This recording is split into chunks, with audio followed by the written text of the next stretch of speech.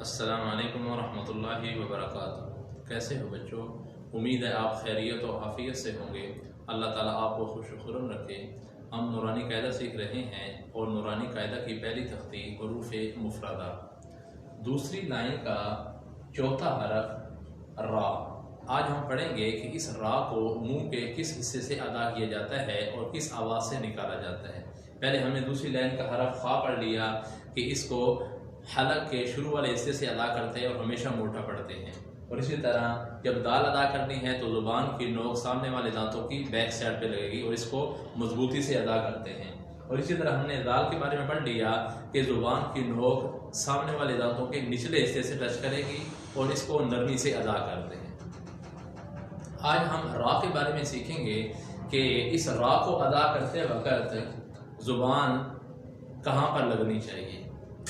تو اس کا طریقہ یہ ہے کہ جو اوپر کے سامنے والے دانت ہیں نا، اس کی بیک سائڈ پہ جو مسوڑے ہوتے ہیں اس مسوڑوں کو ٹچ کرنا ہے زبان کو۔ زبان کو جب مسوڑوں کے ساتھ ٹچ کریں گے تو جو آواز پیدا ہوگی وہ اصل آواز ہے را کی، را را۔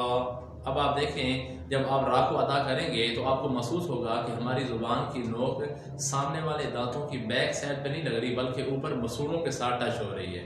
اگر آپ کی زبان مسوڑوں سے ٹچ نہیں ہو رہی بلکہ دانتوں سے ٹچ ہو رہی ہے تو سمجھ لیں کہ آپ اصل حرف نہیں نکال پا رہے ہیں۔ اصل حرف نکالنے کے لیے ضروری ہے آپ کی زبان کی نوک وہ کہاں پر لگے، سامنے والے دانتوں کے اوپر جو مسوڑے ہیں ان کو ٹچ کرے۔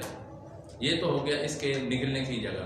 اب اس کی صفت کیا ہے؟ اس میں خیال آپ نے یہ کرنا ہے کہ جب ہم را کو پڑھیں گے تو اس وقت آواز میں ڈبلنگ نہ ہو، یعنی بار بار وہ را کی آواز نہ آ رہی ہو، جیسے ہم پڑھتے ہیں را را۔